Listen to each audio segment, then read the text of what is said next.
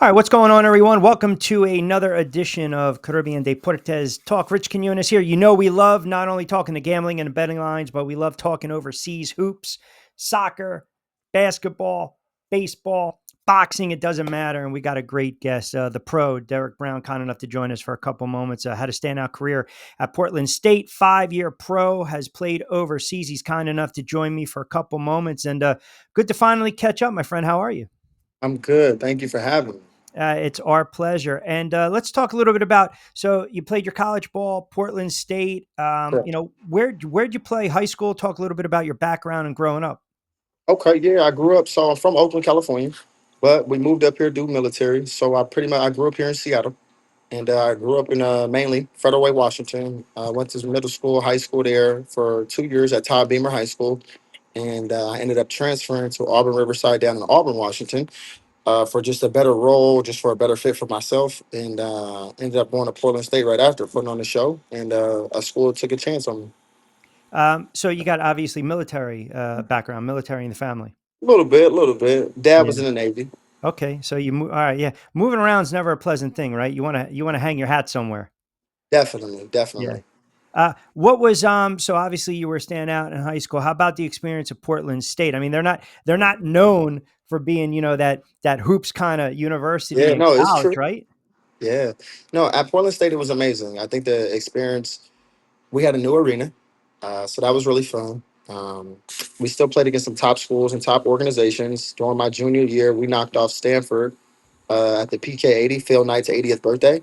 That's when Wow. he had Duke coming to town. Oklahoma was here. Texas was here. Georgetown, Butler, all these Nike schools, right? It was the top, I think it was like 16 Nike picks selected, like Portland State. So we ended up playing against Duke. And I remember I honestly didn't play that game. I was actually hurt that game, which Okay. was so unfortunate. It was so unfortunate. But it was still a fun experience. We almost had Duke. We were beating them three-fourths of the game, Wow. and they was not letting Coach K lose. They that wasn't gonna happen. No, That no, was no, no. I mean, we know. I mean, yeah, Duke is that ain't Duke. right. Yeah, they're a Yeah. juggernaut, man. I mean, I know. I'm a St. John's guy. I'm a New York guy, and I remember back in the day they had a couple of opportunities to knock them off in the tournament, and they never were able to get over the hump. Now they had one game where they actually won at home. A guard by the name of Bootsy Thornton had 46 back in the day against Why does Duke. that Oh name yeah, sound so familiar? yeah, Wow. he played in I think he was Queens or Brooklyn, but he lit him Okay. up. Listen, Duke, those teams are powerhouses, man. What led you to Portland State? I mean, did you have a lot of feelers coming out of high school, a lot of opportunities, or you just felt that was the Yeah. best fit for you? So the story of it was in high school. I was a year younger than Zach Levine. So me and Zach used to compete with each other in scoring titles, like the scorer that year, his senior year. I Wow, was leading the state for a chunk of the time, but he ended up passing me at the end. I had a 50-point game. He had multiple 40s. We were going back and forth in high school. wow, So in high school, I had Clemson, University of Oakland, and Michigan. I had strong interest from Gonzaga, but no offer. That was I didn't think I was going to play there anyway, just because of the style and fit. Right, that wasn't my system. Um, so in high school, I didn't take the SAT. So during that time, you had to take the SAT to become a qualifier. So I had all this interest, I had all these offers, I had all this love, man, had all this love, and I went to go take the SAT right before the summer took place, and I showed up to the testing center without an ID. You have to have your ID to take the test. So I just remember I was like crying and just like, wow, I'm sad. So I ended up going to a junior college first. I went to okay, Everett Community College in Washington, and Portland State has always been on the radar. I just they wasn't my top option at the time because I felt like I was going to go to Clemson or Oakland at the time. It was one of those two schools. So that didn't pan out. So I killed at junior college that season, and Portland State was still knocking at the door. So I was like, okay. My older brother told me if you go to Portland State, you can have a Damian Lillard story. And I was like, you think so? And I was like, he was like, think about it. Ain't nobody with your type of talent or skill level has been through Portland State in a while. They gonna right, see you play and they gonna give you the keys. right, right, So right, right.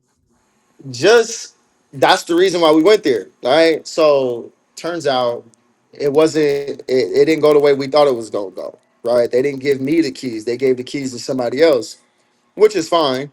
But you still would have thought that. my role would have exceeded, Mm, and I had to just maximize my role, right? And my role was energetic, knock down open shots, play a teammate, be respectful to one another, and stay locked in. Understand everything that we're doing. I think what helped me and kept me on the floor while I was at Portland State is because I knew what I had to do, and I knew the system very well. I just knew everything, so that I never wanted to give coach a reason to take me out the game or give gotcha. coach a reason to not utilize me. So Yeah, which that was makes my sense. situation at Portland State, and I honestly, too, a lot of people don't know I walked on my first year. Um, the reason why was because I was holding them off on the scholarship because Okay. I wanted to go to University of Washington. That's what it was. I was trying to go to UW. I wanted to stay home. I wanted to go to UW. So there was a scholarship roaming at UW, and it was between me and another guy. And I Mm, just remember like they were kind of like pulling the string and like kind of like dragging it on. And I'm just like, dude, I'm getting ready to lose this Portland State situation. So I'm like, you know what? I'm about to just go to Portland State and just let me just go there and do me. yeah. I remember Yeah. the coach told me the scholarship, we unfortunately gave it away. We still want you though. You know, you can still start, you can still play.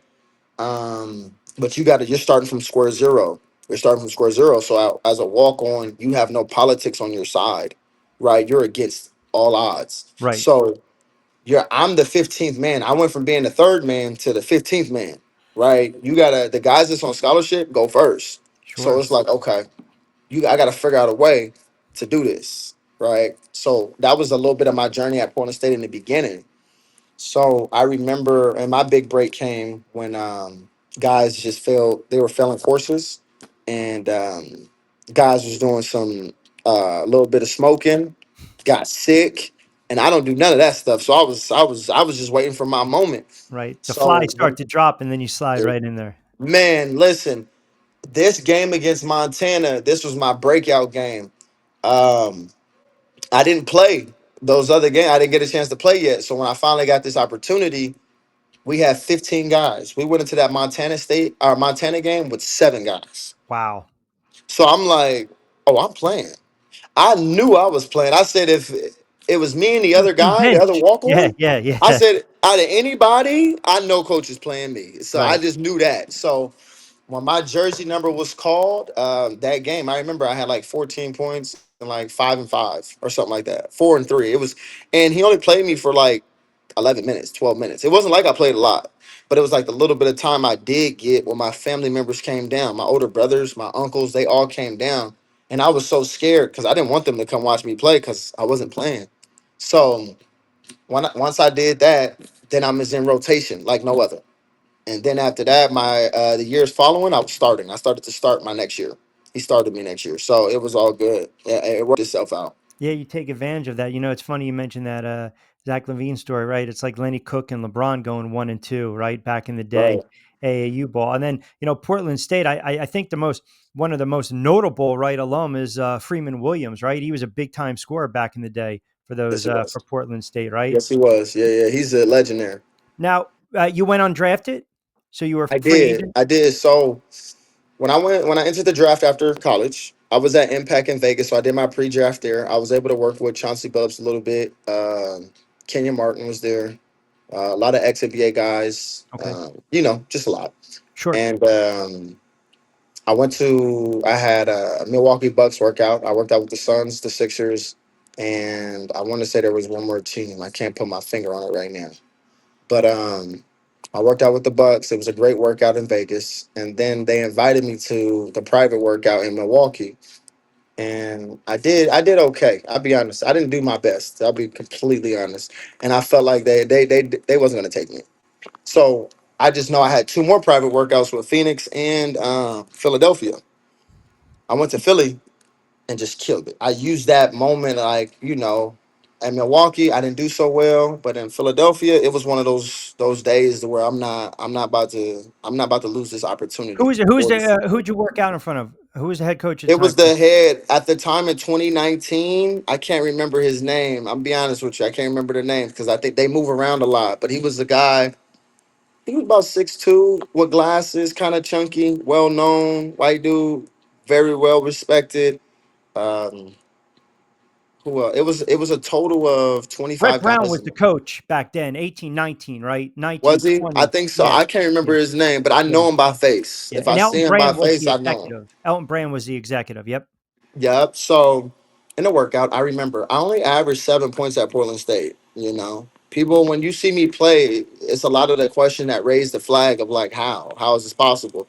Well, you got to understand. Like I tell people, it's a role you got to play. I was the man when it was my time, and I'm gonna stand up and rise. But when I wanted to be the man again, I felt like, and I always will feel like, if my coach would have gave me the keys during the time, I would have took Portland State to the tournament, just without a. And it's not about just trying to outscore everybody. It's more so if you can hold your teammates accountable to a certain standard, and they see your work ethic, they're gonna follow suit. And I feel like the guy that was the leader at the time, it was just like, I'll go to the gym if I want. I'll do this if I want. And your teammates follow that. You're a product of your environment.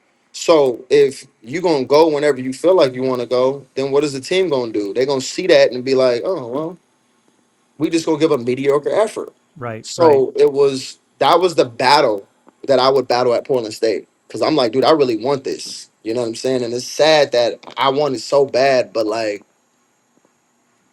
some of you don't want it that bad. You guys are Yeah, just happy to be here.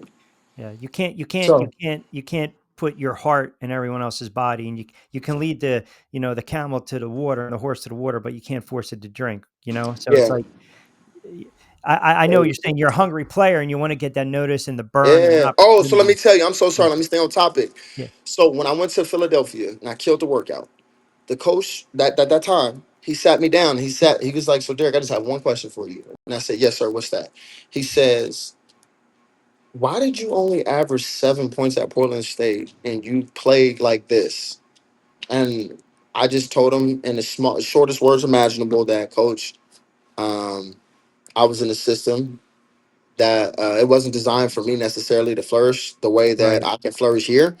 But I mean, I'm not complaining about it. I mean, it is what it is. I don't make excuses, and that's what I didn't want to give them. It's not. I'm not here to blame my head coach of why I'm not where I'm at. It's just unfortunate situation, and I guess I was at the wrong school. That's all.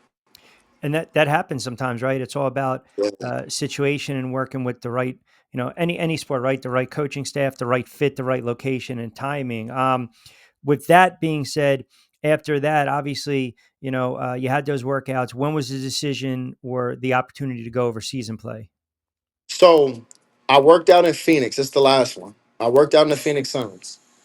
The head coach at the time was a white guy with orange hair. I seen him this past summer too. I forgot to get his information. But I was killing the workout. I remember I was killing it way better than Philadelphia. I was hitting all the threes. I started dunking on some people. They was looking at me like a 6'1" guard that's very athletic. They like, where did this guy come from? He told me at the end of halfway through the workout, he said, I'm coming to training. I'm gonna invite you to training camp. Just get through the workout. So as I was getting through the workout, we had a scrimmage. I was pushed in the air and I landed on my hand. I never been hurt, honestly, prior to that. And I dislocated my thumb Ah, right brutal. before the NBA G League draft. So I just started crying again. And I was like, okay, I'm back at square one. And I decided, my agent was like, we could just go overseas. It's not going to hurt you to go overseas because there was no G League teams that was going to take me at the time because I needed to get put into the draft. And the Right. Suns they were going to do that. But knowing that I couldn't pass a physical, it put me in a situation of we have to go overseas and make the Gotcha. most out of there. Yeah. Gotcha. That and you played over you so you were telling me before, so you played over in Malta, you played other areas overseas? Yeah. So I started off in Denmark in the Okay, second division. I interesting. played there for 2 seasons. And then I played in Canada, the CEBL. Yep, And then yep. I played in Malta this past year. And as of right now, we just looking around. I don't know. Anything can happen. That's what I say. What was the different, Denmark, different type of game, Canada, different game, Malta was a little more wide open. Like what I guess you can say, what league out of those 3 or teams you were with kind of best fit your skill set at the time? Um, Canada. Canada was the best league at all. I would Just say Canada competitive, because just better players uh, overall. yeah, because you had G League guys you're going against, you had ex Sure. NBA guys you're going against guys that like my teammate at Mid Hill. I think he went to Virginia Tech. Oops, sorry. That's He went okay. to Virginia Tech. I had who else? I'm going against Cat Barber. He went to Mm, South Carolina. I'm playing again. It just depended. Like Dwayne Notice played for South Carolina, went to the Final Four. He was on my team. MJ Walker, she played for the Hawks a little bit. Like it's just like it was so much. It was just so much in the CEBL. Nick Ward played at Michigan State. Like there's so many of them. Like that level was just I loved it. DJ Stewart played at Duke, and he was my teammate. Like it was very fun. And I say the talent there and that because they were able to get the G League guys, yep. that was much better. Right. Between Malta and Denmark, I would say they're very similar on the playing field. Um, Denmark to me is a very beautiful country. Malta is a beautiful country because everything is on the water. It's like a version of Hawaii. Like Right. everything is on the water and it's an island. They all know each other. So Right. it Right. was just very small, you Right. know. The So that was just that. CEBL is very competitive. I'm interested, like the style of coaching and the way you were coached up, say, like in Denmark and Malta. I mean, did you have to be assertive? Did you have to kind of sit back and kind of be submissive? Did you get burned right away, or did you have to come in and kind of prove yourself? Is this Malta or the CEBL? Malta and or Denmark. Okay, so with those two clubs in particular, I didn't. They had me come in. I was the guy. It was but the CEBL, I had to prove myself Yeah. because they looked at me playing in Denmark. It's the same thing. They're like, I don't know. And I'm like, dude, I need to get my foot. I need to get over this hump. And the Yeah. CEBL was gonna help me get over the hump. Right. So I'm like, come on, man, give me a shot. So my uncle lives up in Vancouver, and he got me a chance with the Vancouver Bandits. They said when he gets back in from Denmark, tell him to come to practice. So I ended up going to practice, and I just killed it. I had an amazing practice. Coach Kyle, he invited me back again. I killed it again, and then he invited me to a private scrimmage. And in that scrimmage, I can't make it up. It was like throwing a pebble into the ocean. Really. Everything was just going my way. Yeah. Everything. It was all the shots was going in. It was a blessing. And then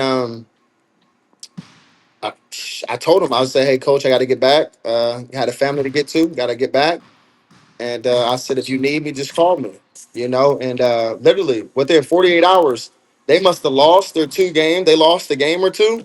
And then he shot me a text. Yo, Derek, where you at? I said, I'm at home. What's going down? Hey, man, we want you to come play in our home opener. We're going to sign you. I said, let's go. So I played with them for a couple games. And then Montreal signed me the rest of the season. That's interesting. Yeah, Canada. I mean, a lot of the games I call with the TBL, they've got their sister league, the BSL Basketball Super League, but they got a lot of Yes. players, obviously, that play in the CEBL. That's kind of a feeder system. I think they're trying to rival the G League because everyone knows, kind of like the G League is almost like your minor league system, right? When it comes to, like, say, the Yeah. baseball, the double, the single, the triple A, you get to the G League, there's an opportunity, 10-day contact, 10-day contract. We've seen it. Yeah. The Yeah. kid, I think Walters that played for OKC, that kid played in the TBL, signed a couple of 10-day contracts, and then he just stuck. Do you feel, but your situation, because you were not drafted, you have a better chance of getting to the G League if you go back overseas? Or now is it a situation where you might have to go and play in a pro-am or go down the summer league to kind of get the attention of the NBA and or the G League? Like, what would be the best course of I action for mean, you? for the G League, I mean, would I play in the G League? Yes. Matter of fact, can I play in the G League? Yes.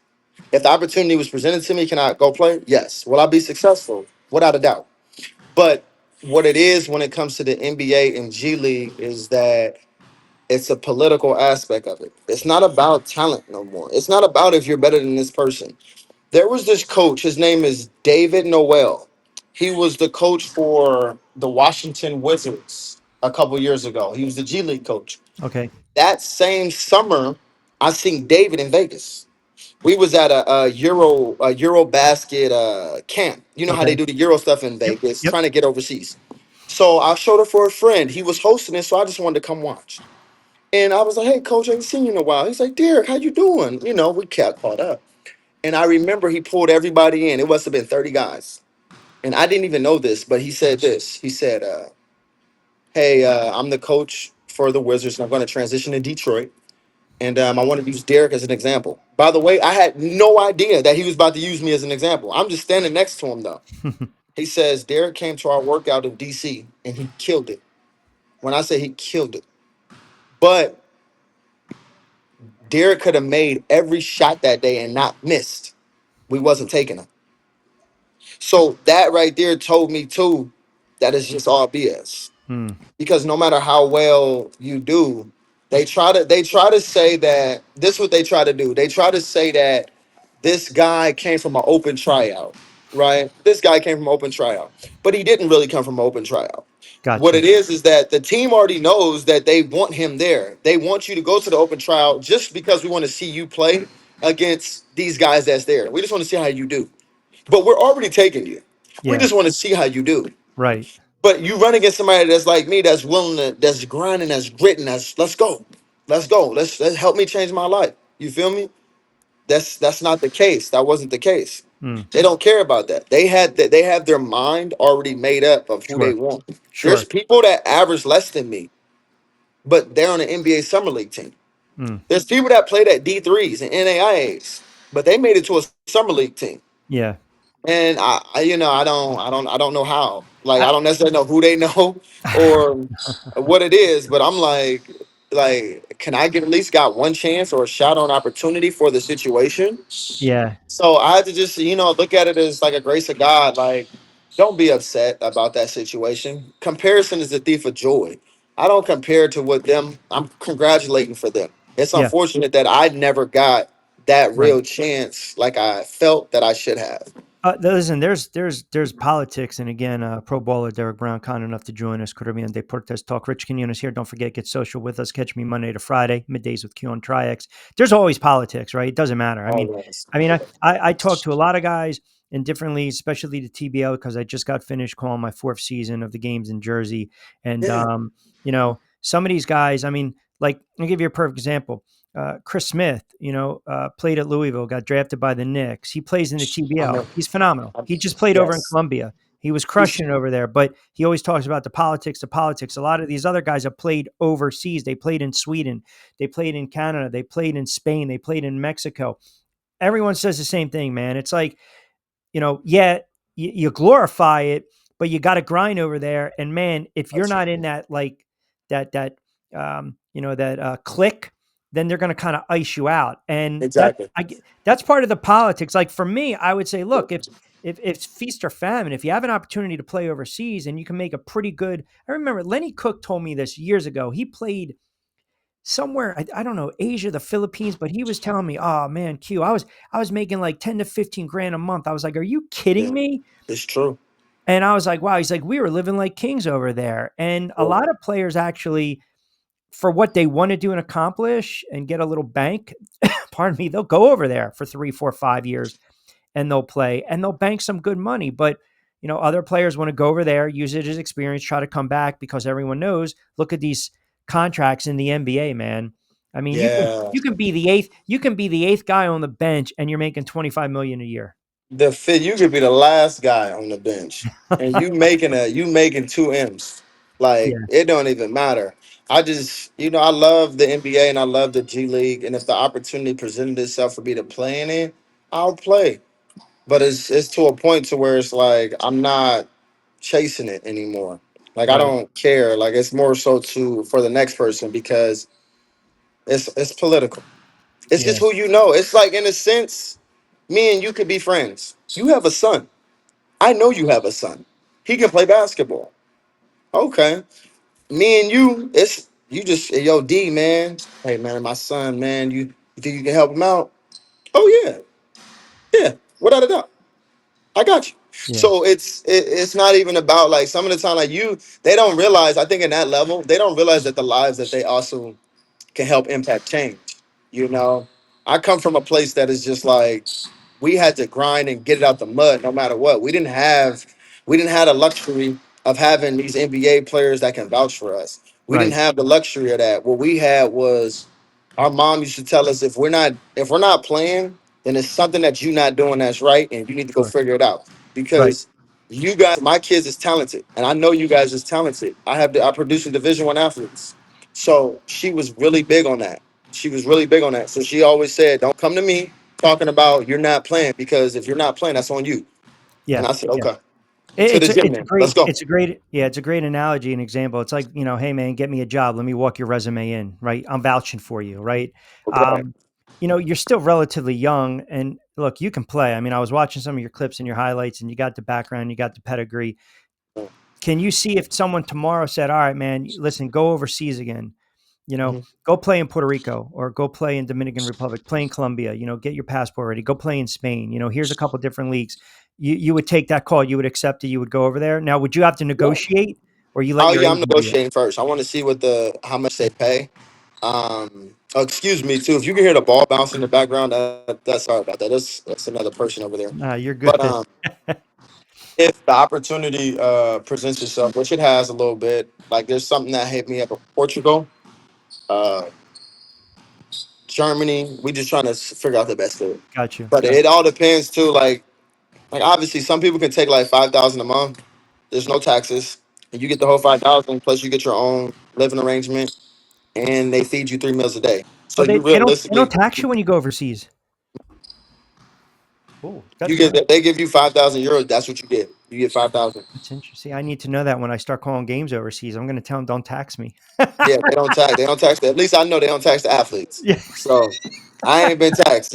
So I ain't trying to get myself incriminate myself, but No, no, no, I hey, ain't, no, no, hey, I, as long as you're not running any illegal poker games like Gilbert no, Arenas, you're all right, man. We won't worry about that kind of nonsense, man. I still no, laugh. Do you watch the NBA a lot? not as much. Not like I used to, man. I'm a Kobe Bryant fan. So basketball has decreased in the love of the game. It may I contemplate. There were times I contemplated not even want to play anymore, because it was like it's not about love no more. It's not about Yeah, trying to get better. It's all about who got the most money. followers. Like Yeah, I was literally told the reason why I'm not picked up is because I don't have more followers than this other person. Like that's the sadness of social what media, is? man. Do you understand how demoralizing that That is? is, hey, listen, Like I get it. I get it. Trust me, like I that get it. is really messed up. Like I can't even really get a opportunity slash chance because I don't have.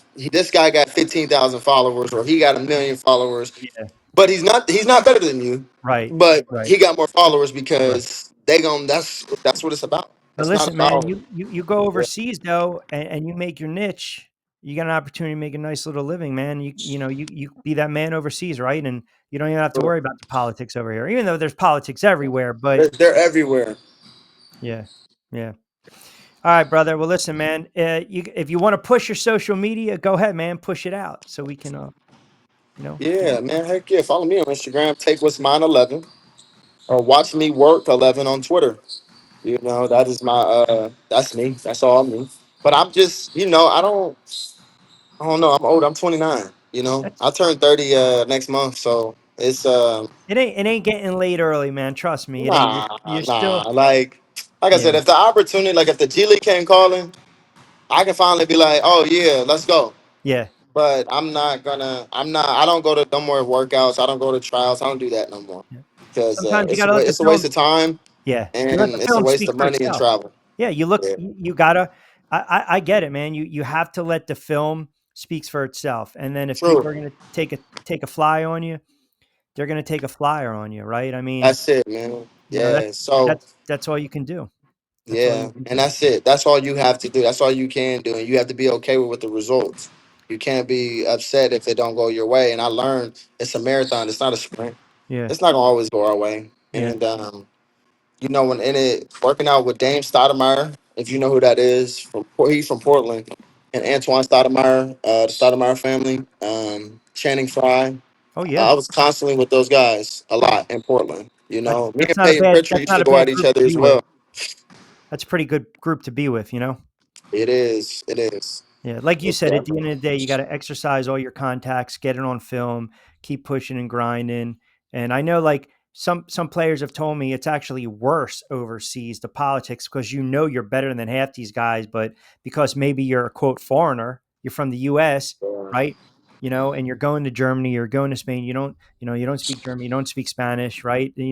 The the culture shock or the miscommunication at times kind of hurts, but it's a different game over there, It especially when you is. watch some of the ball over there. It is wide open, man. I mean, some of these teams and leagues they play zero defense.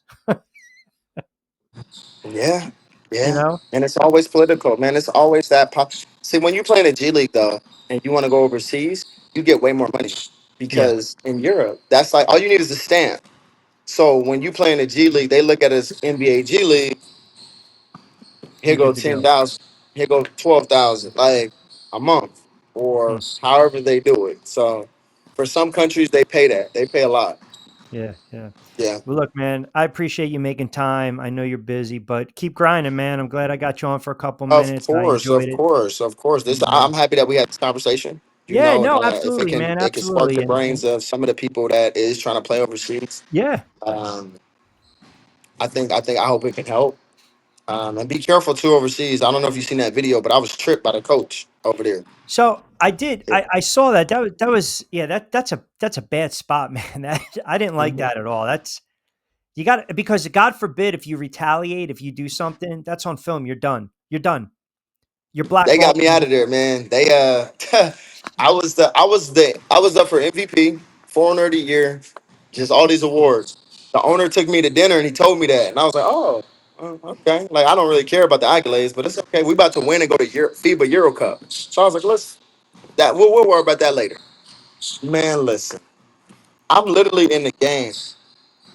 I went to contest the shot, and I'm not looking. And this dude stuck his leg out and tripped me in the game. The other opposing team coach, he really did that. And we lost that game by 1 point. We lost. And I'm honest too. I turned the ball over at the end. I was trapped in the corner. It was like 8 seconds to go in the game. I was trapped like no other. I was like, it was me or out of bounds. I tried to run our press break and hit the right guy. Man, I must have overthrew him. The guy got the other team got the ball, hit the three. And You then I got you missed got the you got game winning trapped. shot. I You missed got the game trapped in winning the shot. coffin corner. You got trapped in the coffin corner, man. Yeah, So wait, what man. did you do when this coach tripped you? What did you do? What was your reaction? Okay, my reaction. I thought he was on the court. So I didn't know that he tripped me until I seen the film. When I seen the film, my teammates in the group chat was like, "Dude, you about to be pissed."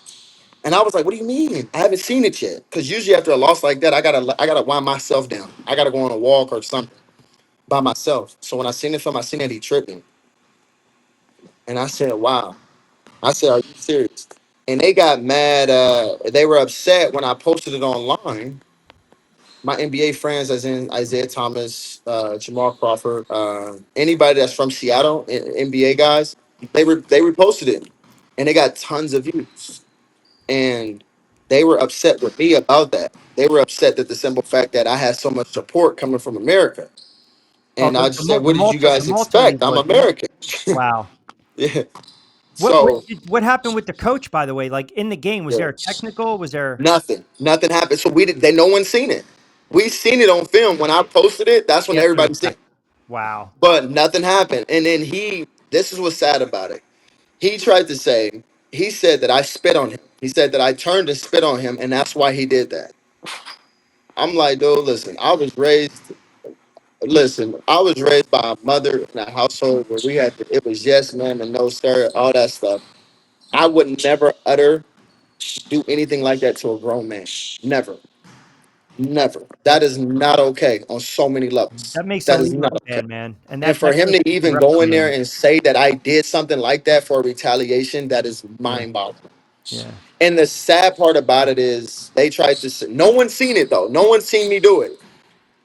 But the assistant coach on his team said I did it. And I said, that's mind blowing again, because I find it odd that none of your team that was right there seen it. The Yeah. fans that was behind the audience, no one seen it. But and they said that he said that I spit him. So I was like, interesting. And then they suspended me. They said that I said that people are betting on the games. And was true, there's some things that's in the dark, but Wow. I'm not that type of person to try to bring down that They league because they I were don't. what they were insinuating that you had your hand in the cookie jar. You were influencing the games. No, I was pissed off about it. I said that they cheat, right? I said that they cheat for this club in particular, which they do. That club in particular, they always try to make sure that they're in the championship all the time. They always try to do everything for that club in particular. Got you. My club hasn't won since 2016. Got We you. were the best club. We were undefeated. So they were like, oh, they didn't like our owner. They didn't like a whole bunch of stuff that tied in. And I was just pissed off. I just said, dude, to be honest with you, I know that you guys bet on the games. I just know. I just know. Wow. Like even in the comments, you can see our comments. You messed up our parlays. You did this. You did that. But it wasn't It's players. It wasn't players betting on the games, or we don't know. no, no, Just no. regular. Yeah, no, Just those their odds are fans. live. Those odds are Yeah. live in that Malta It's Basketball live. Association. Yeah, Yes. you got So odds, no doubt. exactly. So and I'm just like I find it very weird and kind of ironic when you play against a team because basketball has evolved, right? You play against a team that can't shoot. Right. Playing Right. against a team that can't shoot versus my team, we're put together from point Right. guard to the end. Right. I can Right. shoot, my wings can shoot, we can get Right. to the basket, we can do everything. So I find it weird that we can beat this team by 30, but why are they so close? Yeah. Why Wow. is the game with always within 1 point with what's going on? And we hitting shots and stuff. So I'm trying to figure out what's going on. Yeah. And they have Americans on the team that can't even shoot the three ball and they're guards. So basketball has evolved. You have to be able to shoot now to be a threat. Shooters I lead. found it very weird and odd that they were always in the game. When Wow. I called them out on that, why Yeah. did they get blown out their next two games? Yeah. Well, you're Oh, because all of a sudden they got blown out now. yeah. Come on, man. Like I'm like, all right, man. That is, listen, Yeah. I know some of these leagues in the States, the lower tier leagues have thought They get about, that money. yeah, they thought about betting lines, and they've asked me what I think, and I'm like, no disrespect, but if you got a player making a couple $100 or $500 and you want to start setting betting lines in these lower leagues, that can really open up the door to come to some really suspect stuff, right? Definitely. Because some of these teams get blown out. They Yeah. get blown out, and some of them are very good. But like some of these leagues also want certain teams to go to the finals because they are good market teams. They have the money, they've got the players, they want to showcase it because it adds credibility to their league. Yeah. But I'm gonna dive into the betting line a little more when we're off the air with this Malta Basketball Association. Yeah. Yeah. It's they got me out of there. They tried to say that all they tried to say was that I was saying that the refs are betting. I never said that. Right, I just right, said they cheat. right. I could be talking about anybody, That's right. but I know that they cheat. So you can be upset all you want, and you're not gonna upset me of the whole situation of what's going on with you guys. I'm not about to. I'm not getting into that at Right. all whatsoever. Yeah. But I know that there's things that's hidden in the dark that I could have brought to light, Sure. But but you I didn't. don't care about the Malta Basketball Association. Right. Right. I don't at Right. all. They Right. don't. It's not like we have packed out arenas. No, Right. they Right. charge €2 at the door. You Wow. feel me? Yeah. And we got paid late every month. That's not a country I'm telling want you to. I would recommend for people to go play. No, I was just tricked. Are Yeah. you kidding me? I'm Yeah. that they get no vouching from me Yeah. at No love. all. No love. They No get love. nothing from me. They whatsoever. But the club Um, that I play for, amazing club. I can say that about them. Amazing club. About the Hibernians, amazing club. The yeah. people from there, amazing. But outside of them, I'm not messing with nobody outside of them because everybody's guilty by association. They know what's going on, and for the whole simple fact that they targeted me like that was mind blowing. Yeah. And I just, it's okay though. It's perfectly fine. I didn't like it there, so it's perfectly fine. Well, I know you're going to find a home soon enough. Just Oh keep yeah. grinding, keep Oh, working, and definitely appreciate you jumping on board for a couple of minutes. And certainly, let's do it yeah. again, man. I appreciate you, brother. Please, let's do it again. Let's do. I'm about to work out right now. Like I said, you Go can ahead, hear the man. balls bouncing. You're Right now, straight. I'm using my Normatec right now. I don't know if you can hear it, but I've been using my Normatec just to get my legs right, and then I got to get my conditioning going and my shots up for today. You're good, man. I appreciate you, D. Thanks for jumping on board for a couple of minutes, brother. No, thank you, man. All right, man. Appreciate you. Talk soon. All right. Be well. Of course.